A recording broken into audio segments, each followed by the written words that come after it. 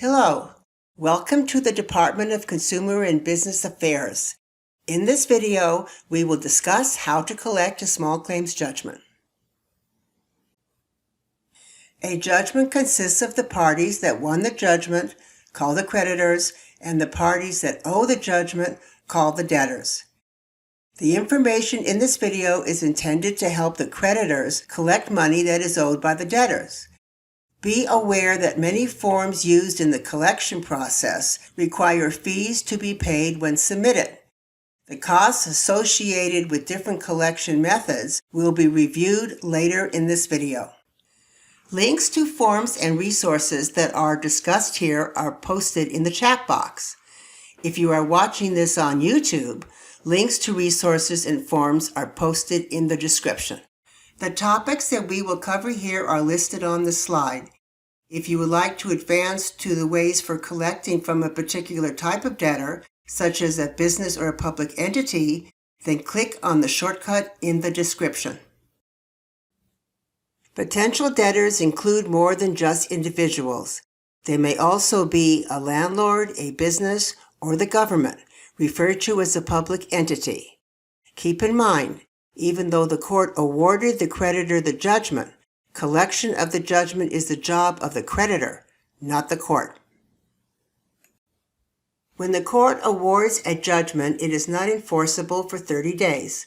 The 30-day period allows the debtor to do one of four things. First option is for the debtor to pay the creditor what is owed. Second option is for the debtor to request to make installment payments if the debtor cannot afford to pay the total judgment at one time.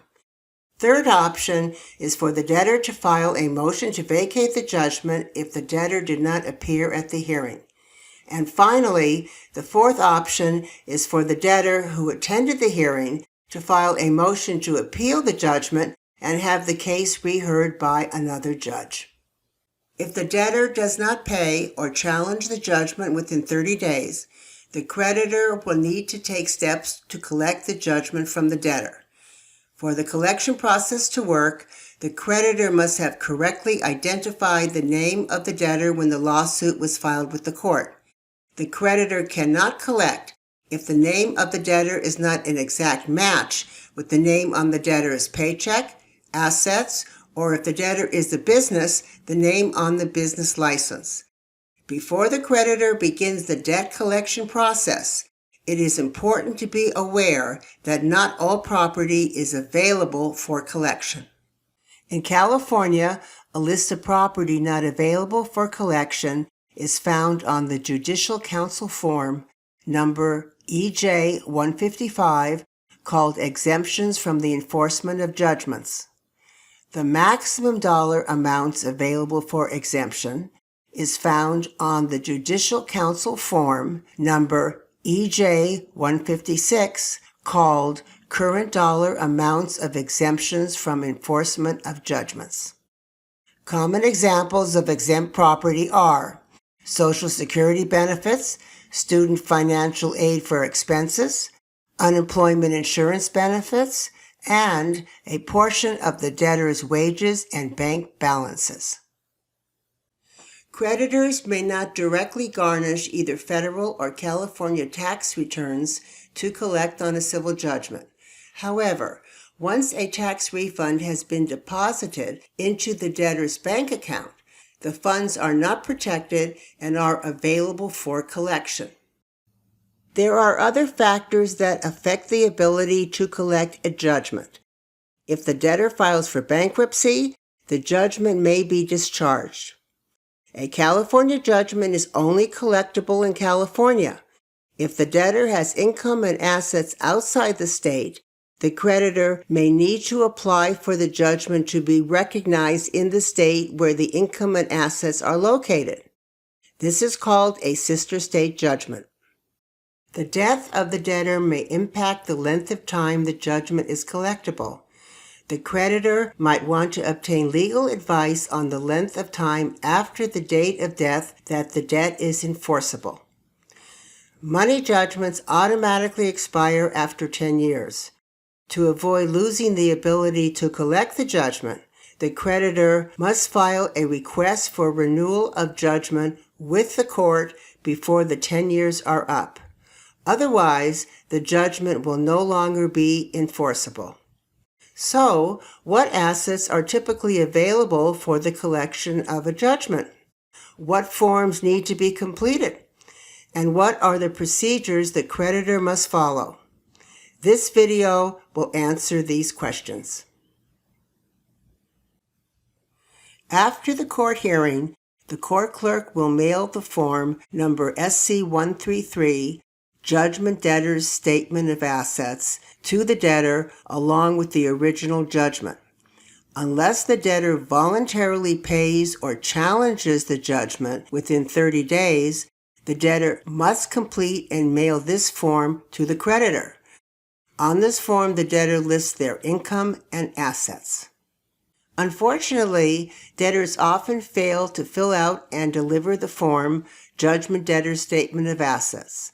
So, for the creditor to find information about the debtor's assets, the creditor might consider requesting a debtor's examination.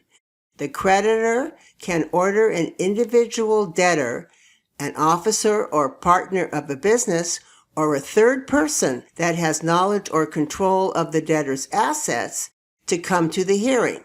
At the hearing, the creditor can ask questions about the debtor's income, bank accounts, home, car, and other assets. To learn more about how to request a judgment debtor hearing, view the information on our website and watch the video called Judgment Debtor Hearing. It is important for the creditor to have a realistic assessment of the debtor's income and assets. There are many collection methods, but if the debtor has insufficient assets and income, the creditor might be expending a lot of wasted effort pursuing the collection of the debt. To request an examination, the creditor files the form number SC-134, Order to produce statement of assets and to appear for examination. Or if the examination is of a third person, use the form number EJ-125, Application and Order for Appearance and Examination, along with the form number LACIV-057, Affidavit for Appearance and Examination of a Third Person. If the creditor wants the individual who will be examined to bring written documentation to the hearing, the creditor will need to file form number SC-107, Small Claims Subpoena, as well. The most common way of collecting from an individual are levying bank accounts, garnishing wages, and requesting to have the debtor's income from sources such as commission and rents assigned to the creditor. The creditor can use other ways that will impact the debtor, although not necessarily generate an immediate payment, such as suspension of their driver's license, request the revocation of professional licenses, or placing a lien on real property that they own. To find out more about these collection methods, refer to the Sheriff's list of collection methods by following the link on the screen. Let's take a look at these collection methods in more detail. Collecting from a bank account is called a bank levy. If the creditor knows where the judgment debtor banks, the creditor can collect money from their account. Remember, the creditor cannot take exempt income out of the bank account. The creditor needs to file the form Writ of Execution with the court clerk. If the creditor wants to add post-judgment costs and interest, the form Memorandum of Cost After Judgment should accompany the Writ of Execution. After the court clerk stamps the Writ of Execution, the creditor needs to complete 2 copies of the form Notice of Levy, one for the financial institution and one for the debtor. If the sheriff serves the writ of execution on the bank, the creditor needs to complete sheriff's instructions beforehand. On the sheriff's instruction form, you must list the address where to serve the bank. Some banks accept service at any of their branch offices. However, there are banks that only accept levies at a designated location. Look up the bank on the Department of Financial Protection and Innovation website at the link on this slide in order to find if there is a central service location for the bank you want to serve.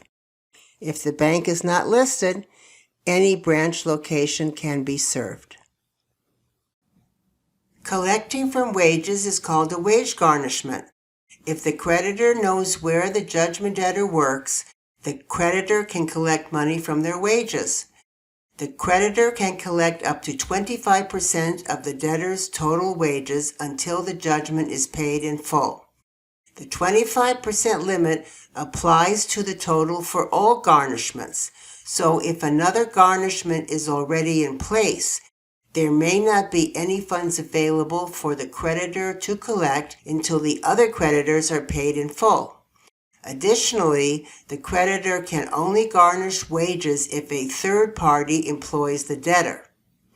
If the debtor is self-employed, wages cannot be garnished. In addition to the forms, writ of execution, and memorandum of cost after judgment, the creditor needs to file the form Application for Earnings Withholding Order, Wage Garnishment. If the creditor knows the debtor's Social Security number, the form Confidential Statement of Judgment Debtor's Social Security Number should also be completed.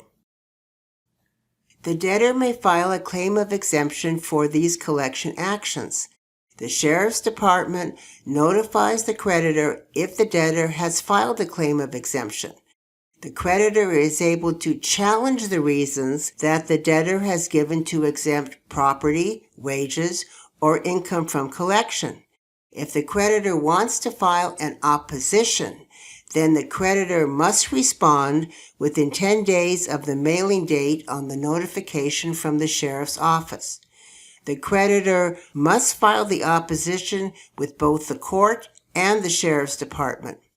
The creditor must request a hearing before the court where the judge decides on the merit of the claim of exemption. The forms for opposition for a bank levy and wage garnishment are listed on this slide. When an unpaid judgment results from property damage or personal injury due to a vehicle accident, the creditor may have the option of requesting the suspension of the debtor's driver's license. Debtors usually make a greater effort to pay the debt because having a driver's license suspended can be a huge inconvenience and hardship. In order for the creditor to request the suspension of the debtor's driver's license, specific language must be written as part of the judgment. The exact words are, "This judgment results from a motor vehicle accident on a California highway and was caused by the judgment debtor's operation of a motor vehicle. If the judgment is not paid, the judgment creditor may apply to have the judgment debtor's driver's license suspended." Let's clarify some of these phrases. California highway means any road, street, alley, or way in California where the public has reasonable access for the purpose of vehicular traffic. So, any roadway, even a parking area where the public can expect reasonable access, is a highway. A street in a gated community where the public is denied access does not meet the definition of a California highway. The words judgment debtor's operation of a motor vehicle can be misunderstood. Any debtor whose judgment resulted from a vehicle accident on a California highway can have their driver's license suspended. Not only the driver of that vehicle. This includes the registered owner of the vehicle. To request the driver's license suspension, the creditor must choose between two DMV forms. For judgments of $1,000 or less, the form Notice of Unsatisfied Judgment of $1,000 or less is used. For judgments over $1,000, use the form Certificate of Facts Regarding Unsatisfied Judgment. Page 2 of both of these forms provides instructions for submitting the suspension request. For the debtor to get their license back, certain requirements need to be met. These requirements may include paying the judgment in full, agreeing to installment payments, filing for bankruptcy, or providing proof of automobile insurance. An individual, a trust, or a business can own real estate. If the debtor owns a house or other real estate property, the creditor can record a lien to prevent the debtor from refinancing or selling the property until the debt is paid. First, the creditor files the form Abstract of Judgment with the court. After the court stamps the form, the certified form needs to be recorded with the register recorder in the county where the property is located. Assignment, seizure, and turnover orders all require the creditor to first ask permission from the court by submitting a request on the form Request for Court Order and Answer. An assignment order is an order from the court requiring the judgment debtor to assign ongoing payments to the creditor. Typical sources of income subject to assignment include continuing sales commissions, royalty payments, or rent payments. A seizure order allows the sheriff to take property from a private residence, while a turnover order requires the judgment debtor to give the property to the sheriff. Seizure orders are most commonly used for large, expensive items such as pianos, boats, or cars. Turnover orders are used for small property like jewelry or a coin collection. Although seizure and turnover orders are valid collection methods, they are rarely used to collect a small claims judgment. Some of the property may be considered exempt from collection, and also sheriff's costs may outweigh the value of the possessions. Let's address a few collection methods that arise less frequently. If the judgment is for damages resulting from certain professional services, the creditor may be able to suspend the debtor's professional license. Specifically, contractors or real estate agents with unpaid judgments may have their licenses revoked. Suspension or threat of suspension often causes the debtor to pay the judgment rather than having their license suspended. California is a community property state, and spouses legally share equally in almost all property and debts incurred during their marriage. As a creditor, you may therefore be able to collect from the debtor's spouse even if they are not listed on the judgment. If the debtor has a lawsuit against someone else, the creditor may be able to put a lien on the money the debtor hopes to get if the debtor wins that lawsuit. When collecting a judgment from a landlord, a bank levy is as effective as it is with an individual. If a creditor wrote a check to the landlord to pay the rent, the back of the canceled check might have information about the landlord's bank account where the check was deposited. When suing a landlord, it is important to first verify the name on the landlord's property deed. The creditor is able to file a lien against the landlord's property as long as the name on the judgment matches the name on the deed. The creditor can collect the landlord's rents by two different methods: a rent income garnishment or an assignment order for rents. The procedure for a rent income garnishment is the same as a wage garnishment. The sheriff first serves the tenant the rent income garnishment, and the rent is paid to the sheriff. The sheriff then disperses the rent to the creditor. By contrast, An assignment order requires explicit permission from the court to order the tenant's rent to be paid directly to the creditor and not the landlord. The easiest way to collect a judgment from a business is a bank levy, but if that is not possible, other methods to collect the judgment are available. If the debtor is a business, whether a sole proprietor, corporation, limited liability company, or partnership, the creditor can create a lien against some of its assets. The creditor has to register the judgment with the California Secretary of State. The lien lasts for either 5 years, or until the judgment is satisfied, or until the creditor removes it. A business asset lien is most likely to be paid off when the business is sold. Because this type of lien seldom pays off in the short term, it is rarely used as a collection method for small claims. There are several collection methods available when the debtor is a retail business. One method is called a till tap. A till tap is when a sheriff's deputy makes a single trip to the business and collects all cash on the premises at that moment. This collection method is only effective if the business has a cash register and sales transactions are done with cash. The creditor should request the sheriff to perform the till tap at the time of day when the business is likely to have the most cash on hand. Creditors are allowed to pay for multiple till taps until the judgment is paid. Be aware, any fees required for the till tap will need to be paid each time.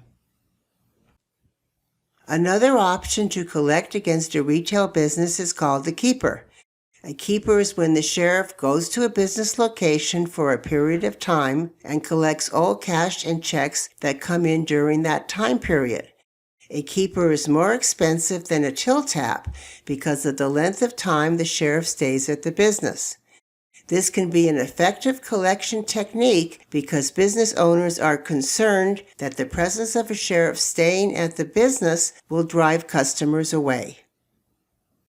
When the debtor is a governmental entity, also known as a public entity, such as the state or local government, or any other government department or agency, there are special procedures to follow.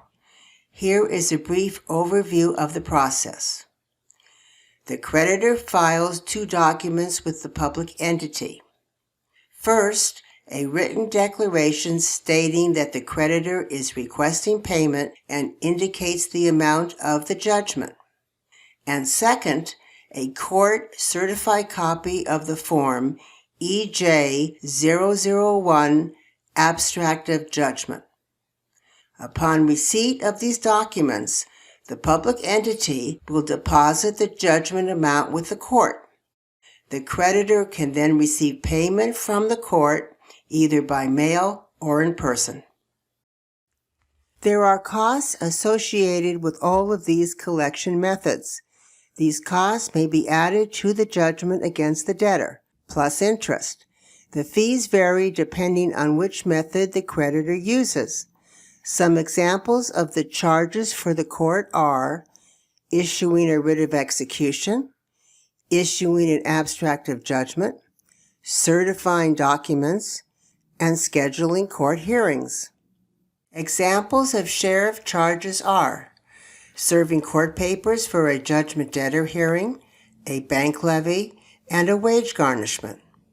Seizing business assets by removing money from the cash register, called a till tap. Registered process servers charge for serving the debtor and the financial institution or employer. The county registrar recorder charges for recording an abstract of judgment to place a lien on real property. The Department of Motor Vehicles charges for requesting the suspension of a driver's license. The creditor is able to add these collection costs plus 10% simple interest per year to the judgment. However, interest on judgments against a governmental entity is 7%. Interest begins to accrue on the date the judgment was entered. Costs plus interest are claimed on the form MC-012, Memorandum of Costs After Judgment, and filed with the court. Expenses must be claimed within 2 years from when they were incurred, but interest can be added any time prior to the judgment being paid. The creditor can ask a collection agency, lawyer, or a judgment enforcement specialist to help collect the judgment. If the debt is collected, the creditor pays a percentage of the judgment as a fee. Sometimes companies or individuals assisting the creditor with collection ask to be assigned the judgment. In doing so, the creditor loses all rights to the debt.